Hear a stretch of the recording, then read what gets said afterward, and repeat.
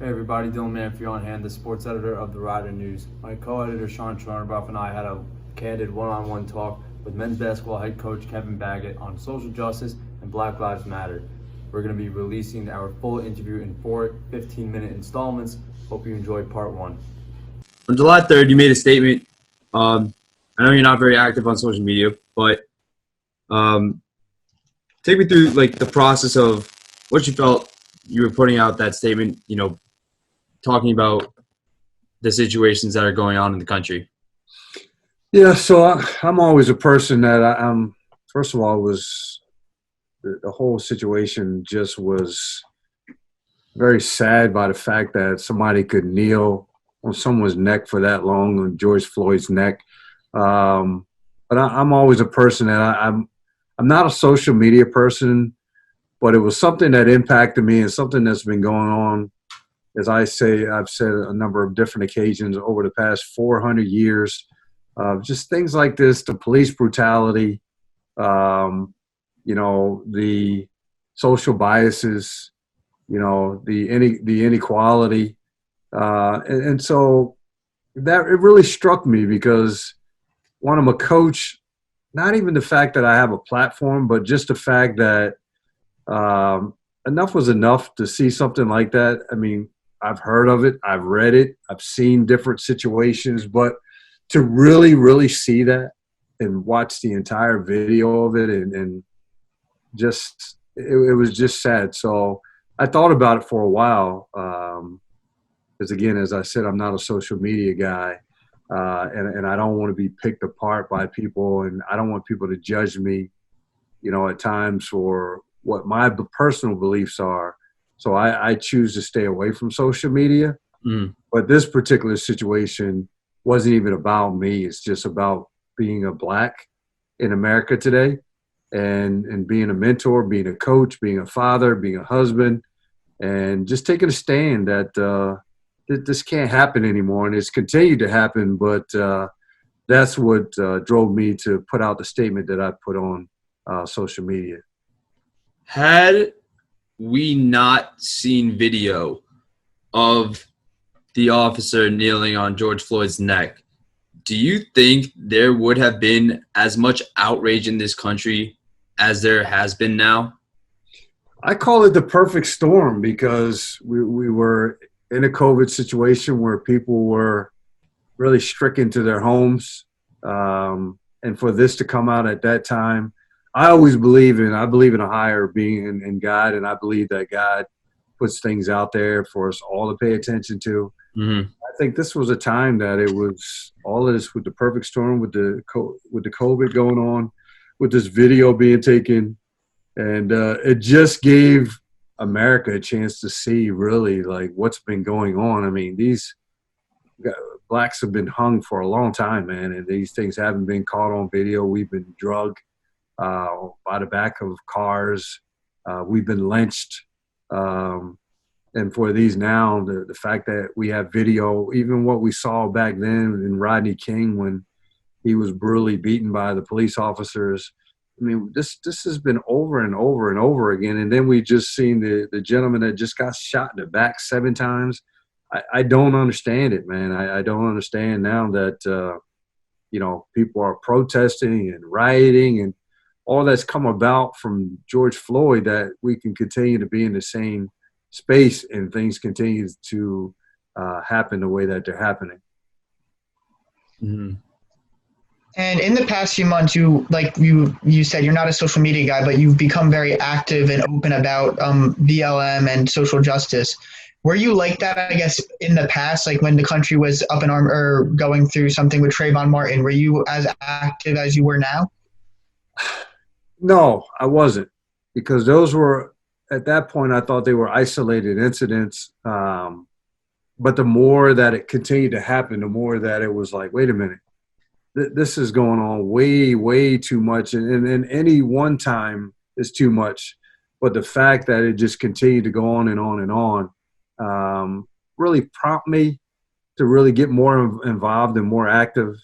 I'm not an active socialist by no means, but I do it's impacted me. I have young kids. I've got a son that's 30 years old, and I got a daughter that's 22 years old, and I'm concerned for their well-being going forward. And I've been pulled over, and anymore now you're so uncomfortable. And don't get me wrong, there's good police and there's a few bad police along the way, but I mean, we're all having anxieties now if you get pulled over. And so I understand if you get pulled over for a particular reason, but there's a due just to this as well, that process still needs to take place. And I just think now I don't think it's happening as much as it needs to be happening.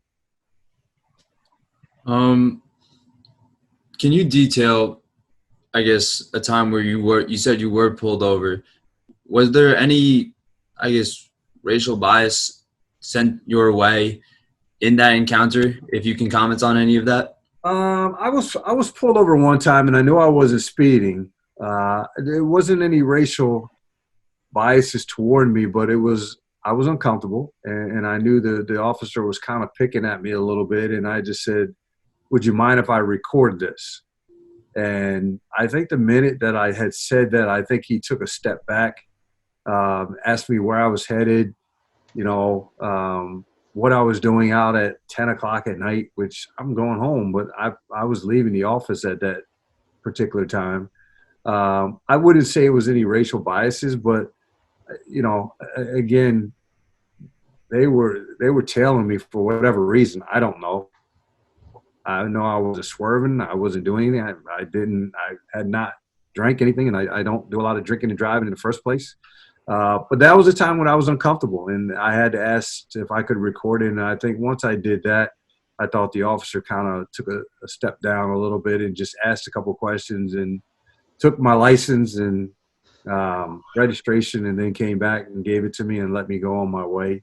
But again, I was uncomfortable in that situation, being that I knew I hadn't done anything, and I didn't react in any other way other than asking why I was being pulled over. And so I thought he was kind of trying to probe me a little bit, but at the end of the day, he let me go. Yeah. And you said you were coming home from Ryder? Yes. Wow.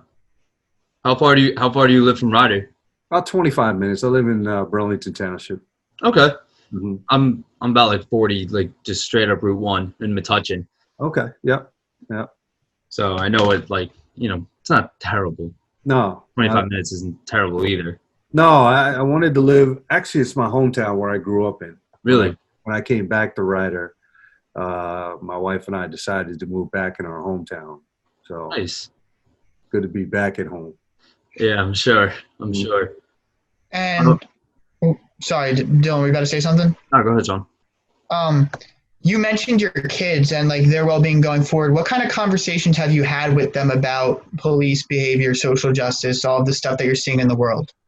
Yeah, just, we talk about when you get pulled over, make sure you keep both hands on the steering wheel until the officer comes up to your window, and that when they do ask for your license and your registration, that if it's in your bag or your pocketbook or in your glove compartment, that before you move your hands, that you ask if you can reach into your glove compartment, or you ask if you can go into your pocketbook or your bag in order for you to provide them with whatever it is that they need. I also talk about, how you react to police officers as well. Don't create a situation, maybe because you got pulled over when you shouldn't have gotten pulled over. We discuss those things and just try and abide by whatever it is the officer is asking you to do, without causing any kind of conflicts are things that we talk about. We also talk about, the inequality of, being black.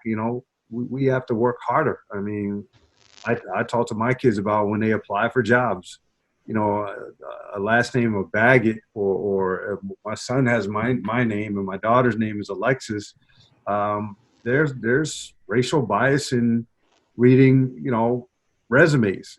I mean, if it sounds like a black person compared to a white person's resume, there's a chance that more often than not, our resumes won't be reviewed. We won't have opportunities to get those jobs. And, we discussed all of that. We discussed the fact that, how people look at us. There have been times where you got on an elevator to where somebody walks across the other side of the elevator because they're uncomfortable, assuming that that we're going to do something. And there's been times where I've run at night and during the day, and maybe I had a hood on, and now since Trayvon Martin, I'm a little fearful to be running with a hood on because somebody might perceive it a little different. And it's weird when we're going through this COVID now where we have on masks. Can you imagine just a year ago if somebody had a mask on and walked into a bank? I mean, everybody would be up in arms. So especially when a black person would have something on or a bandana or what have you. But those are all the social biases that we deal with every day. And so I talk to my kids about that. I talk to them about still at the end of the day, treating people the way that you want to be treated. And everybody's not going to love us. I mean, I have a lot of white friends and family and folks that have been good to me and good to my kids. And so there's racial biases from black people, from white people, but I need our kids to understand that, at the end of the day, we all want the same thing. We all want equality. We all want a life that's presented to us that we think we have opportunities and not be misled by the fact that at times we don't. Mm-hmm. What's your biggest fear through all of this that's been going on? Or just a fear, maybe not the biggest one, but what is a fear as a parent, as a coach, as just a black man? What is your fear or one of your biggest fears? Yeah, so first and foremost, my biggest fear is the fact that, all the protesting and everything that went on, the fact that white people have now taken a stance with us, a lot of white people. I don't want this to be a moment. I want it to be a movement. I don't want it to be something where a year from now, when we get beyond and past this virus, that we forget all that's happened, that we continue to march and move forward, that we continue to make progress, and that people really see the fact that, there needs to be change. I mean, from the top to the bottom of our presidential to the White House to the Congress to the Senate, there need to be changes. And to me, the fearful part of it is that we've been talking about this for 400 years. I played a song that was from Marvin Gaye. It was Mother, Mother, There's Too Many of Us Dying. That was written back in the 1960s. And if you listen to that song, it was called What's Going On, right? If you listen to that song today, it's the same things that were going on back in the 60s as it is now. The police brutality, the water hosing, the dog attacks, being beaten by, blackjacks, whatever they called them back in the day. Those things that we move forward. That's my biggest fear. And then my fears for my family, my fears for my kids. Will they see a different world that we've gotten better, we've taken steps? Will they see a drastic change? Mm-hmm. Because they're going to have kids, and I'm going to have grandkids. And for our players, I don't want to have a call. I don't ever want to get that call. I don't care, white, black, that our guys were treated in a way or may have lost their lives, or something to that effect that should never have happened, when things should be handled the right way by the police. And again, I want everybody to understand that we always say this, until everybody understands that Black Lives Matter. End of the day, it's hard for us to just sit here and say all lives matter, because our lives have not mattered for this long. And so until people understand that part of it, we understand that Black Lives Matter, white lives matter, blue lives matter. But we need people to understand that our lives matter. I tell people all the time that if you remember the bombing in Boston, the Boston Marathon, right? You guys remember that? You remember the thing that happened in Las Vegas when the guy was shooting out the window. When you think about all that's going on in society in America, Black people always take a stance with white people, and we support everything that goes on, right? That, as I just mentioned to you, those two different occasions. But this is an occasion where we need and it happened. We need white people to take a stance with us.